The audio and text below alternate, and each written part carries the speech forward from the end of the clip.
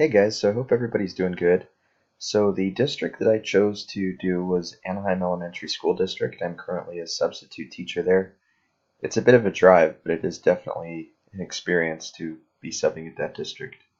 It's pretty much a big city district, which is totally different from what I'm normally used to in Chino Hills and in Chino, but it's definitely something I enjoy doing just because it's away from the hometown where I grew up and I feel official when I'm there. And it's also, a great population of kids also as well. So about the district, Anaheim Elementary School District AESD covers one city, the city of Anaheim, not Anaheim Hills or any of the I guess the as you call it the extended part of Anaheim. There are 24 schools in the district. All are elementary. So Anaheim Union has the junior high and high schools. AESD, as it says in the name, Anaheim Elementary School District, is not a unified school district. So there are 18,558 students currently enrolled in the district, with 1,000 teachers, about that many, and about another 1,300 accounting for other staff. So this makes sense to me also because when I'm there at different schools, there's typically a lot of with regards to other staff, like a lot of noon yards and people too that work the after school programs and people that work the lunch programs as well. And the city is pretty dense. If those of you that are familiar with Anaheim, you drive through it. So for just being a AESD or an elementary school district, and 18,000 is a pretty high number, and it makes sense just because of the population that lives there. It's a lot of people.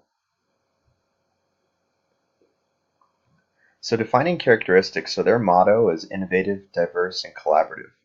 I think at times it needs to be more collaborative, but I'll go into that in more detail as the presentation goes on. There's also dual language immersion classes, and I just found this out doing research that there's going to be now some classes in Korean, which I thought was very interesting. Another thing that I thought was interesting, or a good defining characteristics, was the GATE students are separated into separate classrooms, which I thought was interesting because this differed from Chino Valley Unified, where I also subbed and lived by.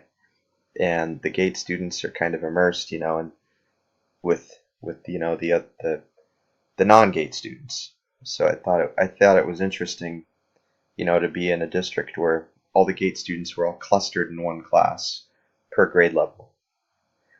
There's also an emphasis on English language development, on teaching it. In the mornings, they put their own block of time to be able to teach it. And this will make sense later because as I go through the slides, you'll see that there is a high population of English language learners in Anaheim Elementary. And then there's a big emphasis on PBIS, restorative justice. So I talked to a board member. I interviewed him, and then he told me that they need to do a better job with emphasis on PBIS and restorative justice to make sure that teachers are practicing it and carrying the tiers better, which kind of goes along with everybody being on board, like we talked about in our presentation, Eric and I. It's the district's big with encouraging students in the arts, so the goal is to have a Chromebook for all students, which I've seen, and I think that's pretty cool. And a lot of them, they have math application games and things like that, and it's just interesting to see how that differs from district to district. But this district definitely has a policy with wanting all students to have access to technology. Also, too big with encouraging arts and music. There's always music class at least twice a week. So the demographic composition of AESD, race and ethnicities, it is 64% Hispanic. So it's a big population. And then there's a 17% are white Caucasian, 15% are Asian, and 2% are black.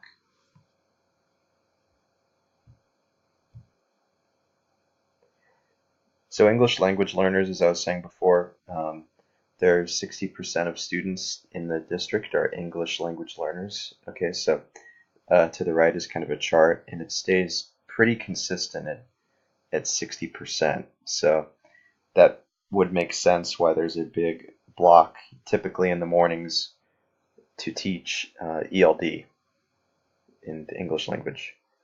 And also that picture there is what the main office looks like, the main Anaheim Elementary, where the district headquarters is. So students with disability, there's an estimated about 350 students in AESD and STC classes.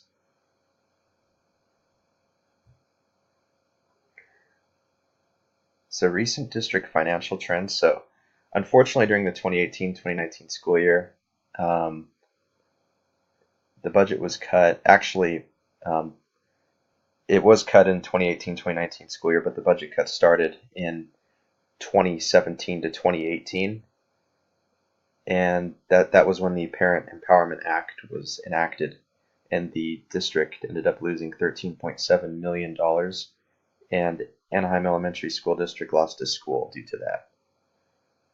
So many first-year contract teachers were let go to make room for teachers coming from the law school, and also the budget cut to try to recover from the $13.7 million that they'd lost. So it's a low wealth district, and the district as of late has been more financially stable, but had to reduce management, staffing, certified staffing, certificated, classified, and they also had to lose an elementary school, unfortunately.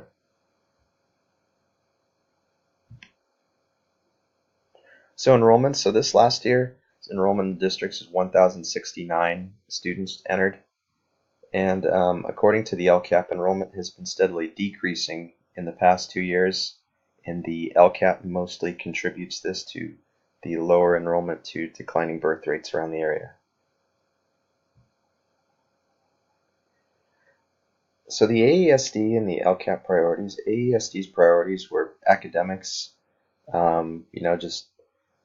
just to make sure that students were hitting their academic goals for the school years.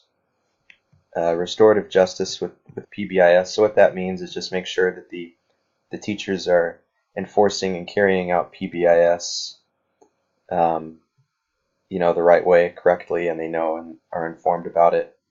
A lot of times, a lot of teachers in the area I've noticed kind of struggle with classroom management. So this is something that I makes sense that it is important also, and just making sure that the teachers are doing the right things with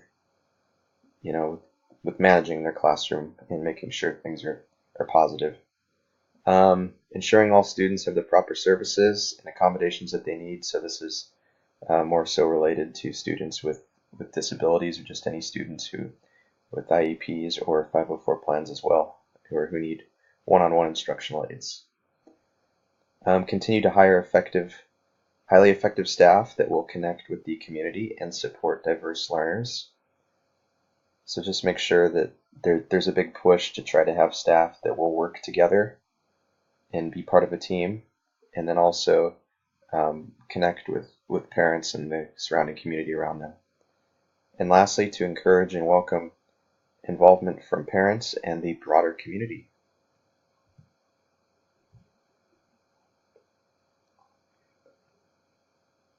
So recent changes, there have not been too many changes this school year. Last year's principals were moved around just to try to kind of create more stability at specific schools.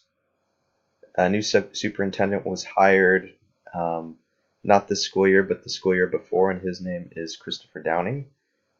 And 2 years ago that I had mentioned, there was a massive budget cut.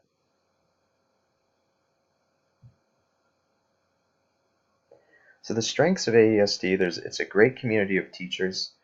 They're really good with professional development from what I see and what I hear. Other teachers that are, tenured teachers that talk to me when I'm subbing, and I notice that they go over a lot of they have a lot of meetings just to make sure everyone is on the same page. But however, there needs to be more administrative communication, which I'll touch upon in the next couple slides. But also, there's really good programs for the kids, extracurriculars such as art, science programs, sports, and music, which all the kids seem to really be into, and they really seem to enjoy it, especially with the music program. Recommendations for strengths. I would say, more encouragement for students to be involved in extracurricular activities. A lot of kids talk about it, but they're kind of like not really sure. So even with me, it's like, yeah, you should try it if you really enjoy it. Don't be scared. There's a lot of You'll probably have friends in it. So just encouraging, having encouragement for the students to join those activities because I believe they're important. More opportunities with the community, also, and teachers. Some teachers I've noticed they don't really want to, they don't like talking to the parents or having anything to do with the community. So there's a little bit of a disconnect. So just maybe more opportunities in that sense. So weaknesses. I've definitely noticed there's not enough communication or support from administrators. That's been a huge complaint there. Um, I guess I hear a lot of administrators don't ever really come out of their offices, and they don't, walk around or do anything during the week, which is a shame. And sometimes kids will get sent to the administrators for punishment, and the admin won't really follow through with any type of consequence whatsoever. I've just heard that in a couple cases. And then the budget cuts, which are very unfortunate. And then some schools do not have effective discipline plans, or the discipline plans are not made clear. And then there's also not enough substitute teachers to fill in absences there. It's a pretty good sized district with a lot of teachers, and a lot of teachers, I don't mean to be negative or anything, but say anything, but a lot of teachers in the district take Fridays off, and then for some reason as a sub, some subs, they're like, I don't want to work Fridays, or there's just so many teachers taking Fridays off that there's not enough substitute teachers to fill in those gaps. So maybe just discourage teachers maybe from doing that, or hire more subs. So that's kind of what I talked upon or touched upon on this bottom part right here. And then I think that there should be clear communication with administrators and teachers. I think that's interesting that I'm saying that right now. I just realized because when we did our debates, that was one of the topics that came up. But I can see why it's really, really important for administrators and teachers to be on the same page, and just the constant communication, between administrators and teachers. But that's the end of my presentation. I hope you guys enjoyed it, and I look forward to watching everybody else's. Thank you for watching.